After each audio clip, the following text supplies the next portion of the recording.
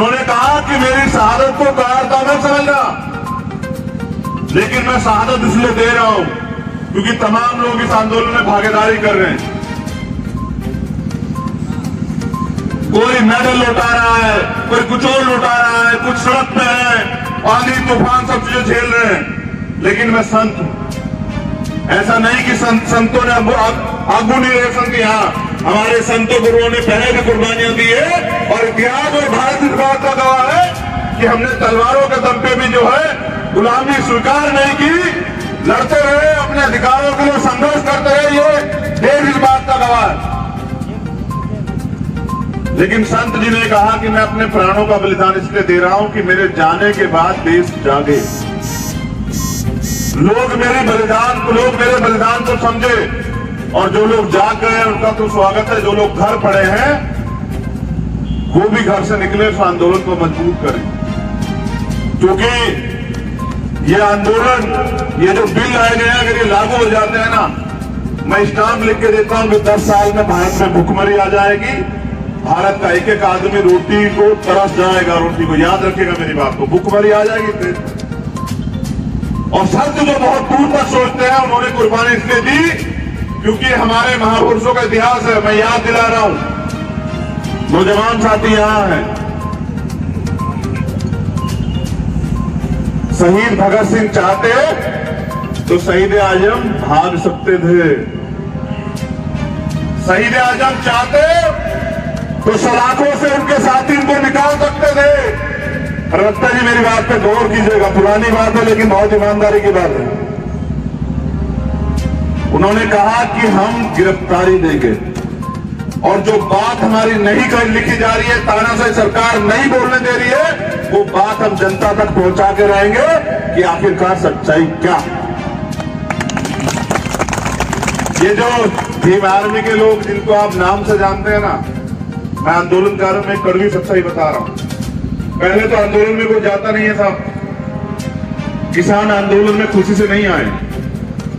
3 degree temperature पे, 1.5 degree temperature पे जहां रजाई से पैर बाहर नहीं निकालते ना साहब, वहां लोग, हमारी बीएफपीआई, हमारी बहनें छोटी, हमारे ताए चाचे, हमारे नौजवान बच्चे, हमारे भाई वहां सड़कों पे खुशी से नहीं है। तो आंदोलन में आदमी तब आता है जब उसको सारी उम्मीदें खत्म हो जाती है कि ये लोग हमें न्याय नहीं देंगे, हमारी बात नहीं मानेंगे, और भारत में लोकतंत्र है, हमें जाके अपनी बात मनवानी है, इसलिए हम लोग आंदोलन में जाएंगे। तो हम लोग जब आंदोलन में जाते हैं ना, तो सरकार आंदोलन को बदनाम करने के लिए हिंसा करवाती। कभी कोई आंदोलनकारी हिंसा नहीं करता है। अगर आप हिंसा करोगे तो आपको मारना इनको और आसान हो जाएगा, आपको आंदोलन को बदनाम करना चाटुकार मीडिया द्वारा और आसान हो जाएगा। उनको बहुत कम समय लगेगा आपके आंदोलन को तोड़ने में, क्योंकि आंदोलन तब चलता है जब उसको जन समर्थन होता है, जनता उससे प्यार करती है आंदोलन से, और आप अपनी बात को गांव-गांव तक पहुंचा दो। ये निकम्मी सरकार घुटनों के बल, सर के बल आके आपकी मांग को मानेगी। आप अपने आंदोलन को शांतिपूर्वक चला के रखना बस।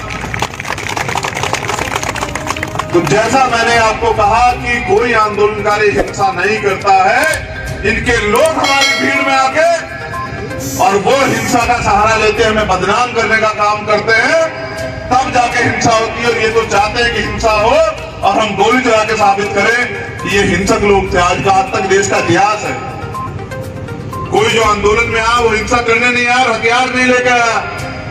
कितने लोग यहां बैठे हैं, क्या कोई हथियार भी लेके आया घर से? हम लोग आए हैं अपने आंदोलन को धार देने, ताकत देने, और अपनी, जैसा अभी ये आदेश हो रहा था, मैं तो नौजवानों से निवेदन करूंगा कि वो हाथ बांध के अपने आगू जो लोग हैं, अपने जो आगे जो चल रहे हैं हमारे, उनके पीछे पीछे चलते रहे। और मैं भी देखना चाहता हूं कि सरफरोशी की तमन्ना अब हमारे दिल में है, देखना है जोर कितना बाजुए का दिल में है, और वक्त आने दे बता देंगे तुझे आसमां, हम अभी से क्या बताएं क्या हमारे दिल में है।